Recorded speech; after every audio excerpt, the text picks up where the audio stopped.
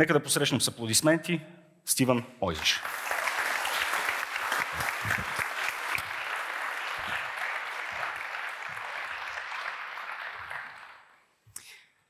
Not centuries ago, not thousands of years, but hundreds of thousands of years, we've been sharing information with one another. Much like this, in a circle, usually around a campfire, at night with the stars overhead, sharing stories with a storyteller. This is how we do it. It is in our bodies. It's not TikTok or Snapchat. It's information that we share with one another and creating new mythologies as we understand more about the world around us. And we are compelled to do this now because we are in an avalanche of information that's entering our lives every day and is changing the way we look at the sky, at the universe around us, as our ancestors did 130,000 years ago. And every star you see in the sky, we now understand, has planets around it. Some have said that we, as conscious beings, are the universe studying itself. As a scientist, I am a little bit turned off by that. Because I think that, is it really just us? But we do take our eyes, and we are creative with our eyes, and we put our eyes in places where our bodies cannot go. We put them on spacecraft, like this Ariane rocket here, built by the European Space Agency. If you take your eyeball, a mechanical eyeball, and you put it on a rocket, what you get is a spacecraft called an observatory. This observatory is the European Space Agency's Gaia Observatory, and you can see a human female outline there for scale. It's a large object. This has transformed our storytelling because it gives us a vision of this object, which is our Milky Way galaxy. I'm Stephen Mojzsis. I'm a geologist, and I'm a storyteller. I take information and I put it in a way that helps people understand things in a new way, to create your own new worldview. Sebastian, who is coming after me, is also a storyteller. Luca is also a storyteller. What you have today are stories that help you understand and explain the reality around you, and that reality is very, very close. That picture is of an object that has 2 billion stars in it, which have X, Y, Z coordinates. That is our Milky Way. If you're searching for life somewhere in the Milky Way, you might say, oh, well, there's life on Earth. It originated here. We're breathing. Last time I checked. But is there life out there? Statistics are on your side because the galaxy has 200 billion stars, so we've only mapped 1% of it. And on this picture here is a representation of the galaxy looking from above down. So it's an artist image. We can't see it, but we can tilt the galaxy that way, and that's what it would look like. But how come we haven't seen anybody else? Who's calling? No one is answering the phone. Statistics are on your side for life being out there. But we haven't heard anything yet, and there's a reason. You see that arrow there with the little oval? That is the volume of space that our radio transmissions have penetrated over the last century. So we are in a little corner somewhere. People say, oh, I look at the sky, I feel so small. Well, we are small. Sorry to break the news to you. We're in a small planet around a star for which, that's a G star. There are only about 8 out of 100 of the stars in our galaxy are stars like ours. But there are 15 billion of them.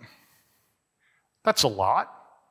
And geologists, they're very casual about using big numbers, billion this and million that.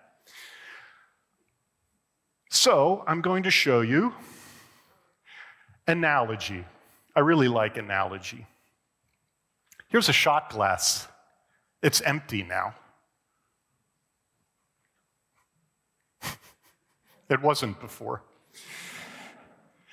A shot glass, if I filled it with sand, there would be 15 million sand grains in that shot glass. But I'm telling you, there are 17 billion planets in our galaxy that are just like the Earth, statistically speaking. How do I even comprehend that? Well, that's like filling that container or a wine barrel with sand, and each of those sand grains is the Earth. Well, that sounds all well and good. How come Chewbacca and the Millennium Falcon aren't visiting us, and how come the skies are not filled with spacecraft? We don't know. Maybe it's, oh, I'm making you upset. I'm sorry. But I have some good news. Either we're too early or too late, or somewhere in between. It could be that there are other communicating civilizations that we haven't found them yet, but statistically speaking, there should be life out there. Our solar system, I told you, is one of 200 billion in our galaxy, 17 billion Earth-like planets in our galaxy, and our planet and the sun and the other planets go around the center of the galaxy about every 250 million years. If you visit the rocks over here, which I'll be mingling with you later, there's a rock there that has been around the center of the galaxy 16 times. There's a rock there that you can put your hand on that is 1/3 the age of the universe. Yeah, we're small. We're only here for a brief time, but it doesn't mean we're unimportant, because we can get information to tell new stories and find our place, the context in the universe. And we're finding planets all over the place. This chart, which is very busy, but I'm going to walk you through it for half a minute. On the y-axis is mass. The higher you go, the more massive it is. And I'm measuring it in Jupiters. On the x-axis is its period, number of days it takes to go around its star. All of those data points were measured by space telescopes and telescopes on land, right? Land-based telescopes. There are almost 6,000 planets there. Our solar system is invisible to our current technology if we were someplace else. We're getting there. That's what that cyan-colored field is. Not yet detected, not yet sampled. We're getting there. But clearly, there are planets around other stars unlike any planets in our solar system. Super Jupiters close into their stars, Earths that are 6 times the mass. So there are differences. But one thing is for sure, our inheritance, how we got here and when, is a result of the evolution of our galaxy, which the evolution is change with time. So our galaxy is something that we can also model. In telling a story about its history, we begin with a cloud of gas. This is called the halo. It surrounds our galaxy. The halo is composed of hydrogen and helium, which flow in to our galaxy. This is like the feedstock of a galactic whirlpool. I told you it takes 250 million years to have one galactic year. Our galaxy is like a blender, because as ingredients are added to it, it gets mixed. New stars form. They have planets around them. The stars reach the end of their lifespan. They die. They expel matter back into the galaxy, which is then mixed in again to make new stars and new planets that are different. They inherit what existed before. Evidence shows that our sun and the planets that it hosts is at least 2, maybe 3 generations in. We're the grandchildren of the first stars. So now, with that perspective, we're beginning to see, oh, yes, we're small, but that doesn't mean we're unimportant. Our bodies are a reflection of this galactic evolution and inheritance. Our bodies are mostly hydrogen and oxygen. Hydrogen was around at the beginning of the universe. Oxygen and carbon form from stars. As they go through their lifespans, they enlarge, they shed mass, or in some cases, they explode. And they make other elements like calcium, potassium, iron. Let's have a closer look then at this factory, this chemical blender of our galaxy.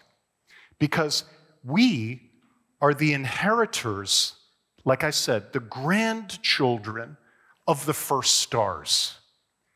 So when you look at your ring, this one's made out of zirconium. I know it was formed in one of these massive stars before our sun. Or if you look at the skin of your body, that was formed in smaller stars like red giants before our solar system. You can represent life like a periodic table. That's what this is. This is Mendeleev's periodic table of all the elements. I've highlighted here the ones that are biologically important. And something that storytellers will share with you is that they tell stories that were passed on to them. And then we embellish it a little bit.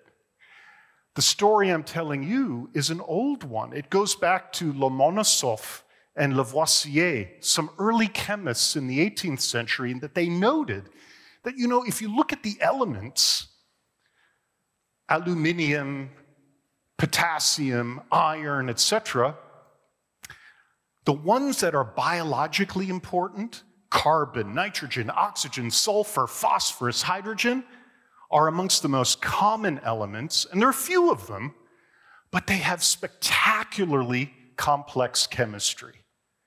All the other elements, aluminium, uranium, lanthanum, their chemistry is actually rather simple, has nothing to do with life. So this means that the chemistry of life is probably common in the galaxy because it's also composed, as shown in this little diagram there, the area that's in the red oval.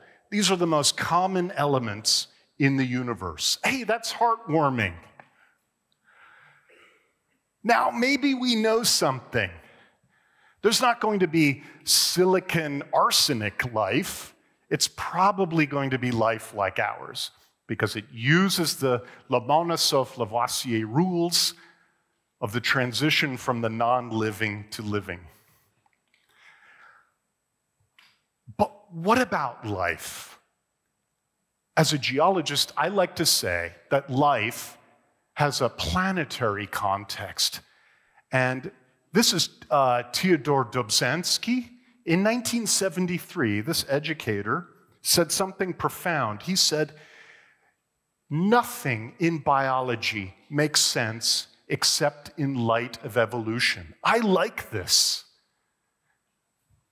But let's take it a step further. My professor, Stanley Miller, who performed the Miller-Urey experiment in the 1950s, where they made amino acids in the laboratory, Stanley would remind us that the origin of life is the origin of Darwinian evolution, that you have an ancestor-descendant relationship. I add a plausible corollary to that the origin of evolution is the origin of information, because without information transfer of parent to offspring can be no evolution. The crustal platform of planets, which have the elements and the conditions leading to life, like Earth, possibly Mars, for which we have samples in the room there. There are Martian rocks there. Provide the informational template. But that's a problem. Where's the information come from? And planets form hot. It wasn't beautiful, bucolic conditions to begin with. A planet like the Earth, in growing, does so violently, so that the planet began molten. And the clue, in particular, comes from the moon. We have almost 400 kilograms of sample from the moon. So my storytelling to you is based on something that you can hold in your hand, that you can analyze, that you can ask questions of, that you can test. Because if your idea is good, it better make good predictions about what you see if you go out looking. What we have found is that the moon is younger than the Earth. Are you surprised? You think the moon and the Earth have always been and always will be? No. Evidence shows that the moon formed in a collision after the Earth formed. This collision put so much energy into the Earth that it caused the Earth to vaporize. And around the Earth was a ring of material that coalesced into the moon. We have lunar samples collected by the Apollo program, Apollo 14, 15, and 17, here for you to look at. We have the moon. We can ask questions of it. And latest estimates place this event of moon formation something like 50 million years after the solar system formed. And the product is a molten surface that must have cooled. Once you remove heat from the system, it cools. So does the Earth cool. But how does the Earth go from this molten state to something that's solidified, and then you have water, organic raw materials, energy, and time in order to assemble the first things?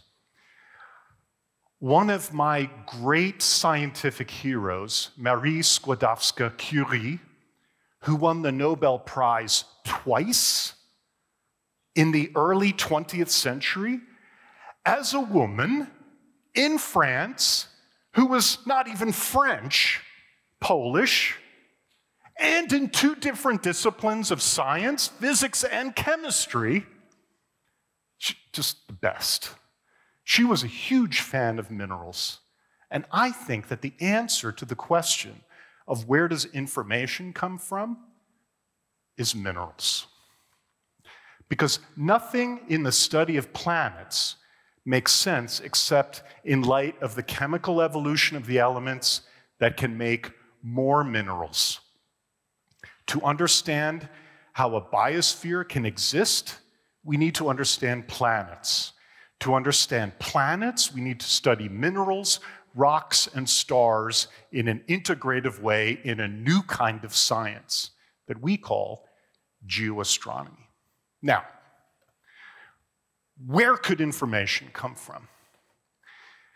Here is a cartoon of table salt, right? You put it on your boiled egg in the morning. I don't know if in Bulgaria they put Dijon mustard on or not, but I do. What you see is a cartoon of a perfect crystal. From start to finish, there's no variation, corner to corner, face to face. There is no information there. Because it's 10, 10, 10, 10. NaCl, NaCl, NaCl. To have information, you need to have a little bit of disorder. Silicates like this, silicon dioxide, are the most common minerals of the Earth's crust. They have three-dimensional charged order. What's on the right over there is glass. It's also silicon and oxygen, but it has no order. It's random. Where does information come from in nature? It's the fact that every natural mineral has defects that are in 2 dimensions and 3 dimensions. Natural defects in the crystal structure, in the charge order, that molecules attached to the mineral inherit because they're influenced by it. But what do you do with information? It's a troubling thing.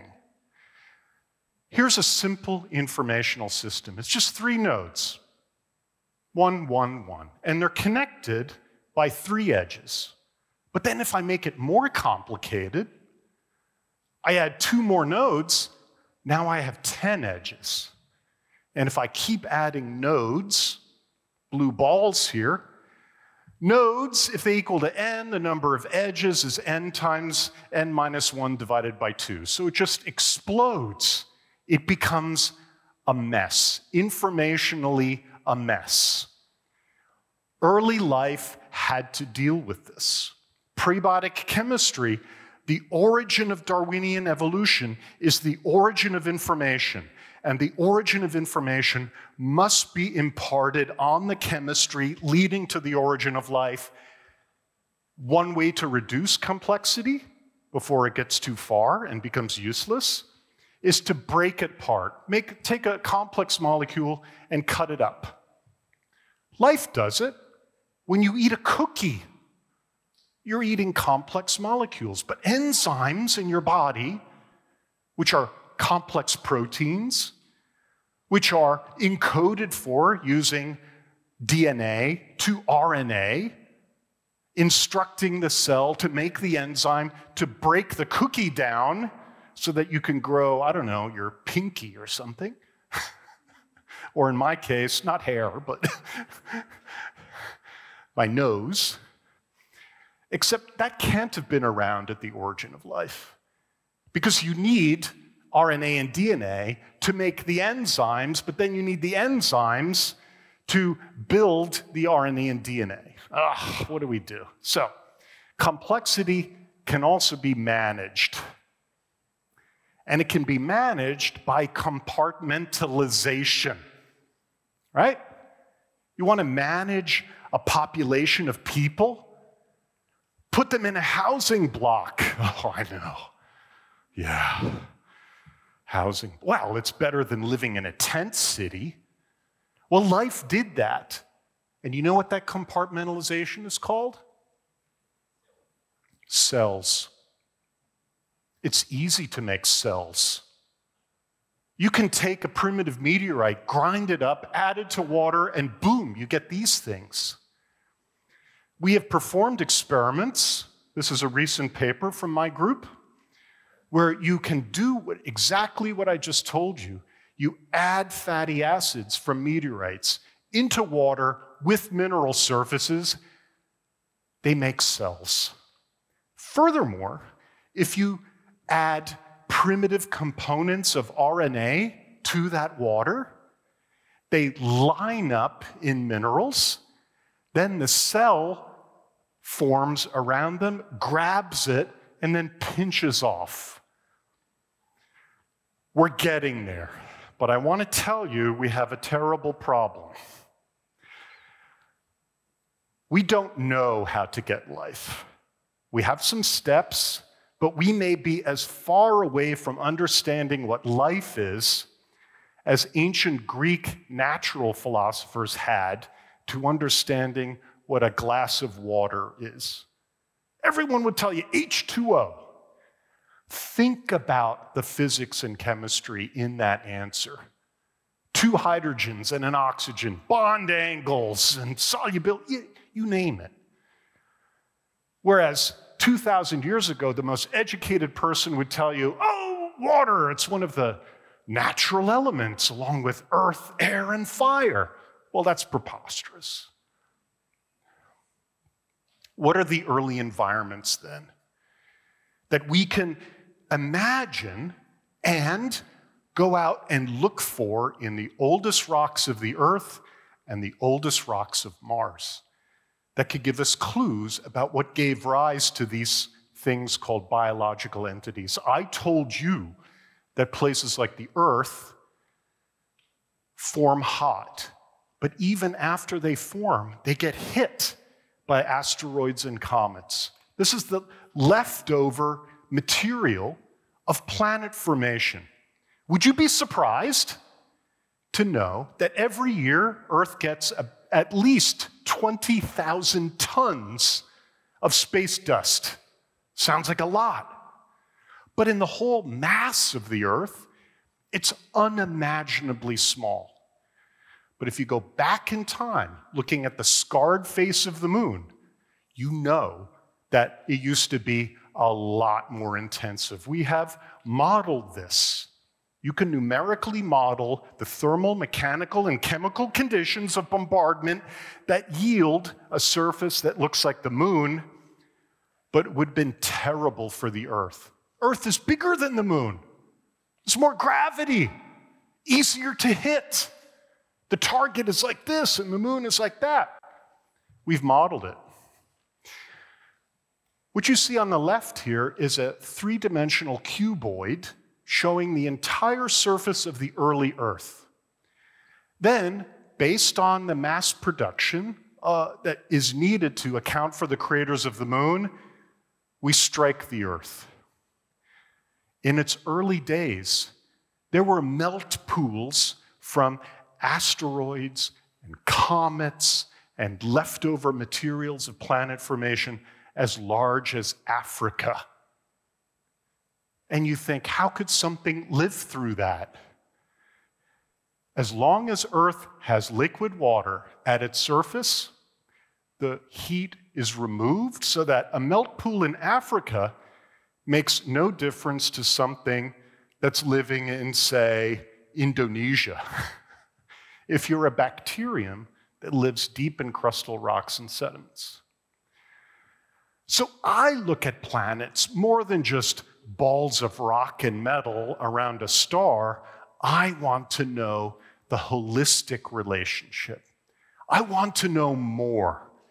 I want to, in my storytelling, be able to embellish my story. But to do that, I need to know the fundamentals.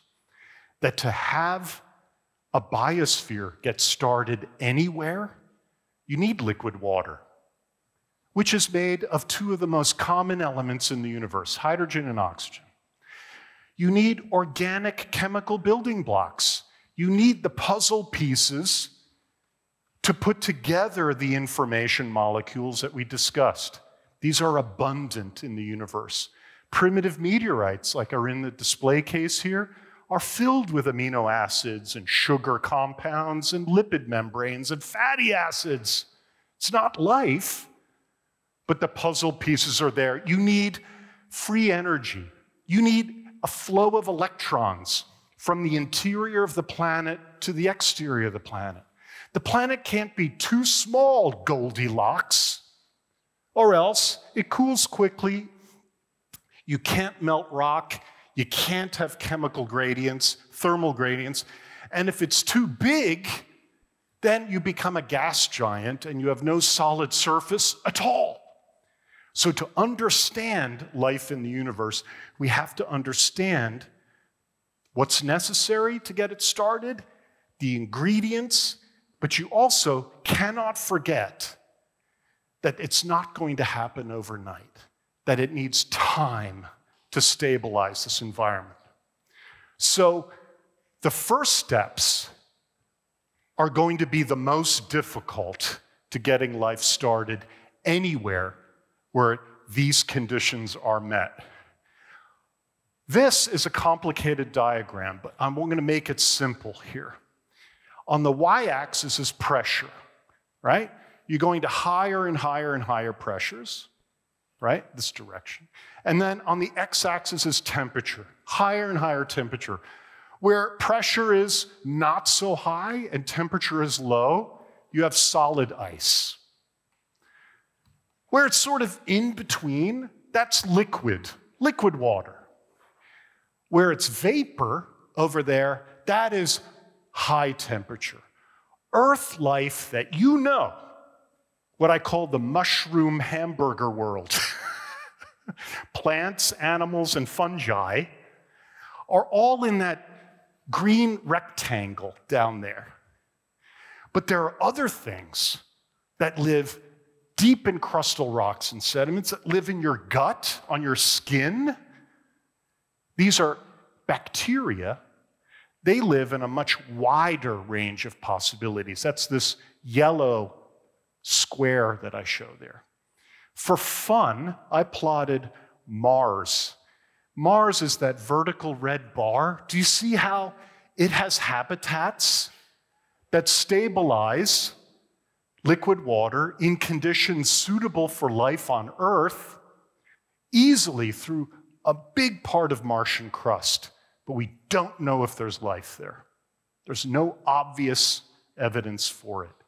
Then, because I'm a risk taker, I said, let's plot Venus.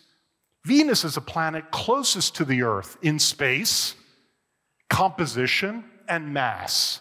But it's terribly hot. The surface of Venus is the boiling point of lead. Sounds pretty bad. But there's a small corner of Venus's atmosphere that kind of nicks that Earth habitable rectangle that I show you, or square.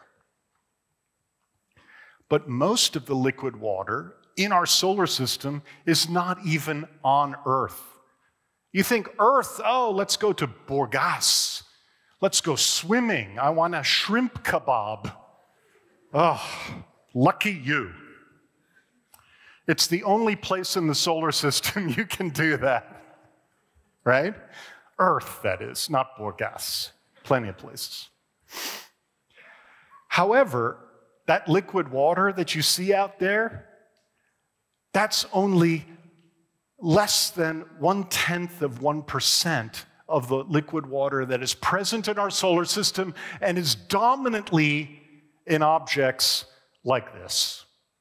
Frozen, cloaked oceans with a frozen crust as liquid water on the inside, always dark, low energy. Maybe there's life there. I'm not sure when we'll ever find it. So we have to turn our attention to Earth-like worlds if we want to seek for life elsewhere. I told you a story today of linking something as vast as our galaxy to something as small as individual atoms in a water molecule. And we have to do this to understand our context in the universe, because we have to find places where there is a linkage between those two, where you can concentrate, where you can live, you can have a surface. You need dry land to do that. Places like this.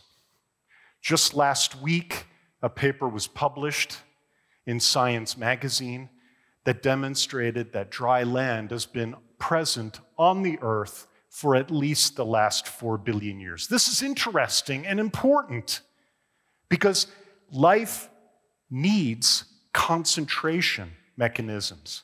If you go into the ocean, chemical bonds are broken. You're lost to dilution. Dry land also supplies nutrients to the system. So we need planets where you can make lots of dry land. And here's some work that we've done to simulate planets. Wow, we get to play God. I'll build a planet. But when we run these simulations, as shown here, different planets like the Earth, different masses, big, small, in between, different compositions, we always get crust. We always get atmosphere. We always get oceans. And we always get dry land. So that's good news. But I keep asking myself, where are they? And I want to remind everybody that we're not yet in the golden age of exploration. We are literally at the shores of this ocean of stars. And we're looking out there, and we've just started dipping our feet in with these spacecraft where we take our senses and move them out there. Maybe it's the universe looking at itself to understand itself. And we do so, because my time is running out, we do so as our stories evolve and we share mythologies with one another, and we begin to understand, wow, where is our context in the universe? I want to thank you all for your attention today. Let's have a discussion together. This is not like a lecture. This is more like a conversation. Thank you once again, everybody.